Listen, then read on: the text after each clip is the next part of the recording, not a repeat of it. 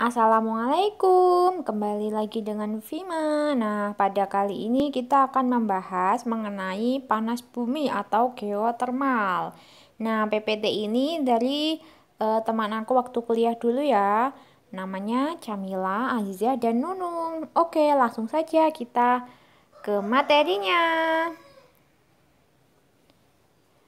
Nah, dari pengertiannya dulu ya. Menurut Undang-Undang Nomor 27 Tahun 2003, panas bumi adalah sumber energi panas yang terkandung dalam air panas, uap air, dan batuan bersama mineral ikutan dan gas lainnya yang secara kinetik semuanya tidak dapat dipisahkan dalam suatu sistem panas bumi dan untuk pemanfaatannya diperlukan proses penambangan. Indonesia memiliki kapasitas geotermal lebih dari 27 gigawatt sehingga energi geotermal ini berpotensi sebesar 40% di dunia. Nah, sistem panas bumi ini panas akan mengalir menembus berbagai lapisan batuan di bawah tanah. Bila panas tersebut mencapai reservoir air di bawah tanah, maka akan terbentuk air atau uap panas bertekanan tinggi. Nah, ini gambarnya ya. Ini uap air bertekanan tingginya warna merah ini ya. Oke, lanjut. Nah, selanjutnya yaitu panas akan mengalir menembus berbagai lapisan batuan di bawah tanah. Bila panas tersebut mencapai reservoir air bawah tanah, maka akan terbentuk uap air atau uap panas yang bertekanan tinggi. Nah, ini dia gambarnya ya. Nah, perpindahan panas konveksi karena gaya apung, gaya gravitasi menyebabkan air mengalir.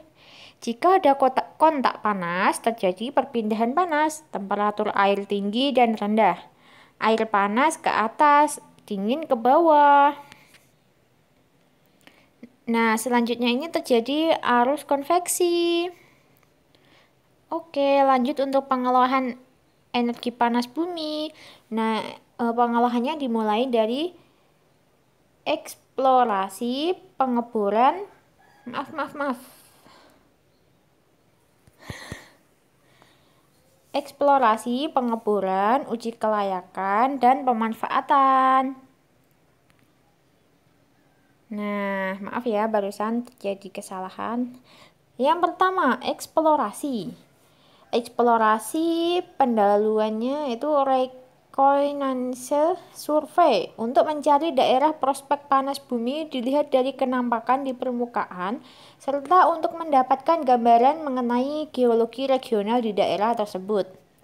Adanya manifestasi permukaan seperti fumarole, tanah beruap panas, dan mata air panas merupakan indikator adanya energi panas bumi. Semua manifestasi permukaan tersebut memiliki suhu yang relatif lebih tinggi dari lingkungan sekitarnya atau anomali. Selanjutnya yaitu pemboran. Nah, ini tahapannya ada Yang pertama ada rotary drilling menggunakan mata bor bergerigi yang diputar. Yang kedua ada drilling fluid melakukan sirkulasi fluida. Yang ketiga ada casing and liner untuk membuat posisi tepat mungkin di tengah lubang. Selanjutnya cementation atau proses penyemanan. Selanjutnya mengalihkan fluida dari formasi, dan yang terakhir blowout preventer atau BOP untuk menutup permukaan lubang bor. Selanjutnya yaitu adalah uji kelayakan. Tujuan dari studi ini adalah untuk menilai apakah sumber daya panas bumi yang terdapat di daerah tersebut secara teknis dan ekonomis menarik untuk diproduksikan. Selanjutnya, pengujian meliputi semua karakteristik litologi yang terlihat seperti warna, mineralogi, ukuran, dan bentuk kristal, sorting, alterasi, hidrotermal yang terlihat, dan lain sebagainya. Tetapi juga sifat lain seperti densitas dan induration. Untuk selanjutnya, tahapan pemanfaatan. Ada 3 pemanfaatan air atau uap panas tersebut. Yang pertama, dry steam process atau proses uap kering. Yang kedua, flashing process atau proses pemisahan uap. Yang ketiga, binary process atau proses biner. Oke, proses selanjutnya dry steam process atau proses uap kering. Untuk uap bertemperatur tinggi, tenaga panas bumi tersebut bisa dimanfaatkan untuk memutar turbin. Nah, ini dia gambarnya ya.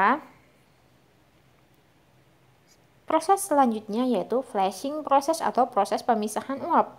Proses ini khusus bagi sistem dominasi fluida panas di mana sumur memproduksi campuran air panas dan uap dengan entalpi sekitar 700 sampai 1600 kJ atau kilojoule per kilogram. Dalam proses flashing, uap dipisahkan dari air panas dan kemudian dialirkan ke turbin. Selanjutnya, binary process atau proses biner. Untuk sistem uap basah atau water dominated system di mana entalpi fluida kurang dari 700 kJ per kilogram, produksi uap hasil flashing biasanya tidak cukup. Satu cara untuk dapat memanfaatkannya adalah dengan cara binary cycle.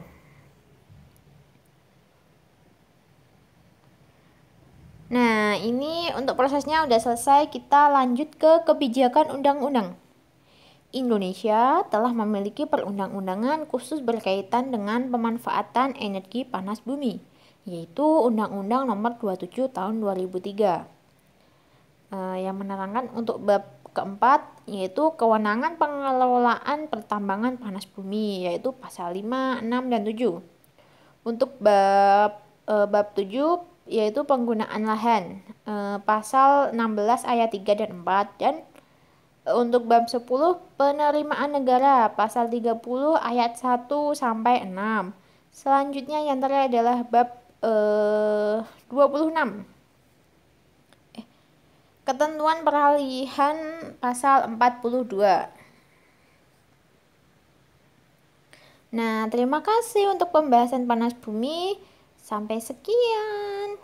Jangan lupa like dan subscribe ya agar aku semangat lagi membuat kontennya. See you di video selanjutnya. Assalamualaikum.